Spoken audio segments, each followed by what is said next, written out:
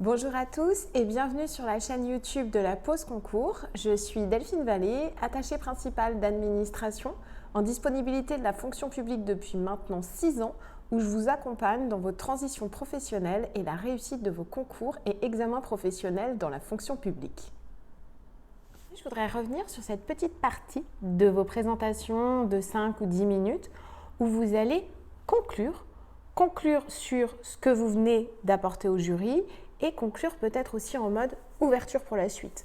En gros, on va parler de la conclusion de votre présentation orale.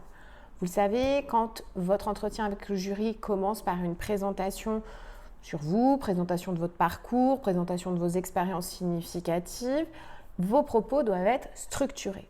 Ça veut dire qu'il va falloir une introduction, une annonce de plan, un plan suivi et une conclusion. Alors la question que je vous pose aujourd'hui, c'est qu'est-ce que je vais raconter dans cette conclusion ? Alors déjà, en général, il faut vous dire que la conclusion va être assez courte. Pourquoi ? Parce que sur une présentation orale de 5 minutes, ça va très vite. Donc souvent, on est sur une présentation autour de 20, 30, 40 secondes maximum. Comme ça, vos propos seront structurés. Introduction autour de 30 secondes, développement autour de 4 minutes, conclusion autour de 30 secondes. Lorsqu'on est dans une présentation orale en 10 minutes, on peut avoir une conclusion beaucoup plus étoffée. Ça va un petit peu dépendre de votre plan pour savoir si vous avez une conclusion autour de 30 à 40 secondes ou une conclusion peut-être d'1 minute 30. La différence va se faire surtout si vous avez un plan en 2 ou 3 parties. On a parfois certains candidats qui vont nous faire un plan en 3 parties avec une 3e partie dédiée aux projections professionnelles, aux motivations, bref, à tout ce qui vous anime.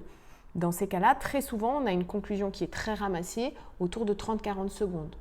Mais si ce n'est pas le cas et que vous avez fait une introduction autour d'1 minute 30, un développement autour de 7 minutes, vous voyez, il vous reste dans une présentation orale environ 1 minute 30 pour conclure.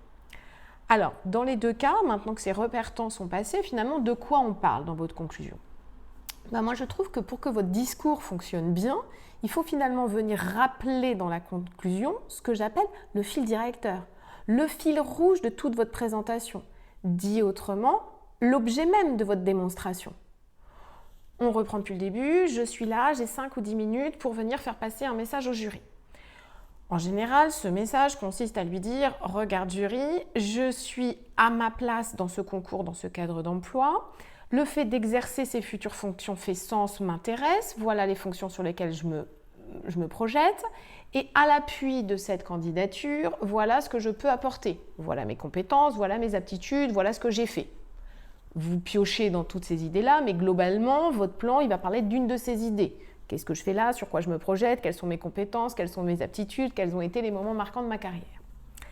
Donc une fois qu'on a dit tout ça, pour nourrir ce discours, regarde jury, tu as devant toi un candidat, une candidate crédible, légitime, prête à assumer ses fonctions, et ces fonctions m'intéressent.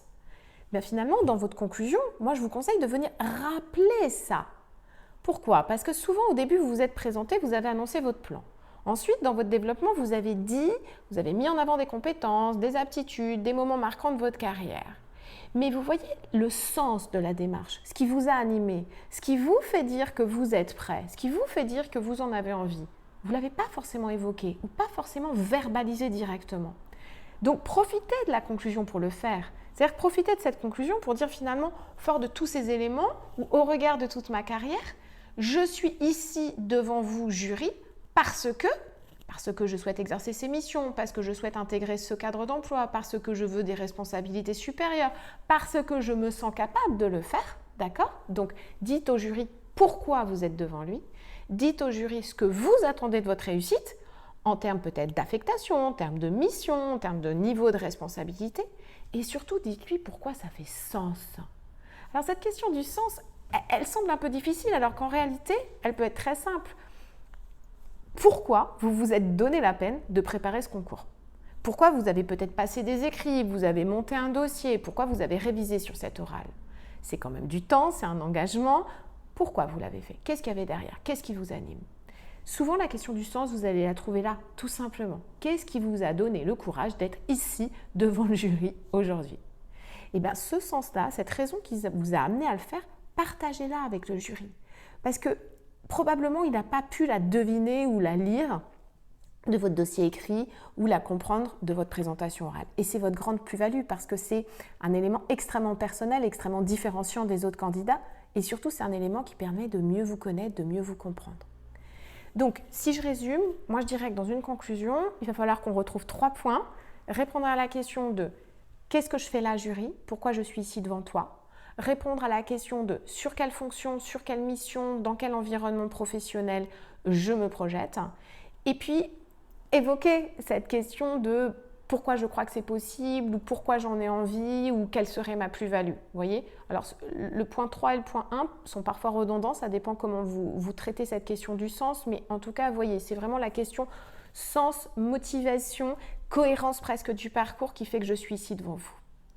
Si vous avez d'autres questions, si vous voulez travailler d'autres points, n'hésitez pas à me faire signe en commentaire ou à venir regarder le catalogue des formations de la pause concours pour qu'on travaille ensemble. À très bientôt!